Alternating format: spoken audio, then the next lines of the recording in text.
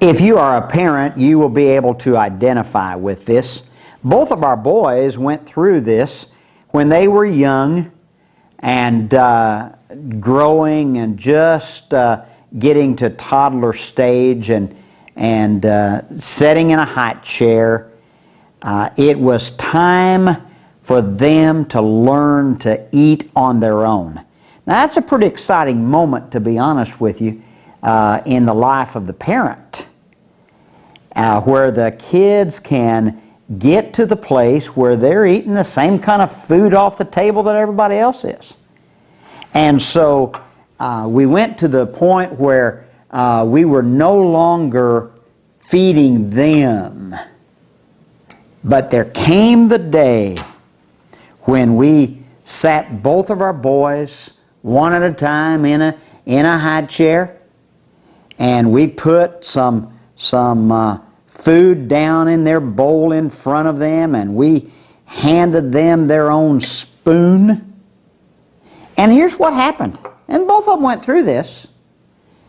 They would hold that spoon in their hand and look at it, and they'd look down at that plate of food, like mashed potatoes, and then they'd look up at their mom and dad, and then they did this.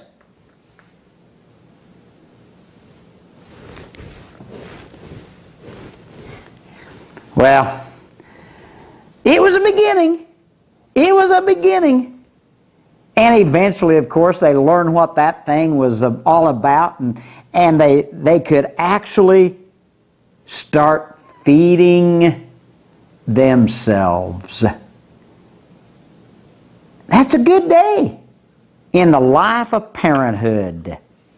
Now, God's Word says in 1 Peter chapter 2, as newborn babes, desire the sincere milk of the Word, that you may grow thereby.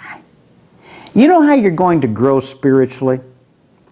You need to get to the place where you are feeding yourself. Don't just keep going to church and Bible study and small groups so that people can spoon feed you.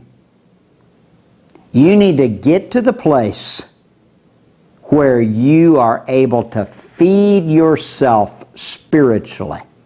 That's when you'll really start enjoying the milk and the meat of God's Word, and that's when you'll really notice some obvious spiritual growth.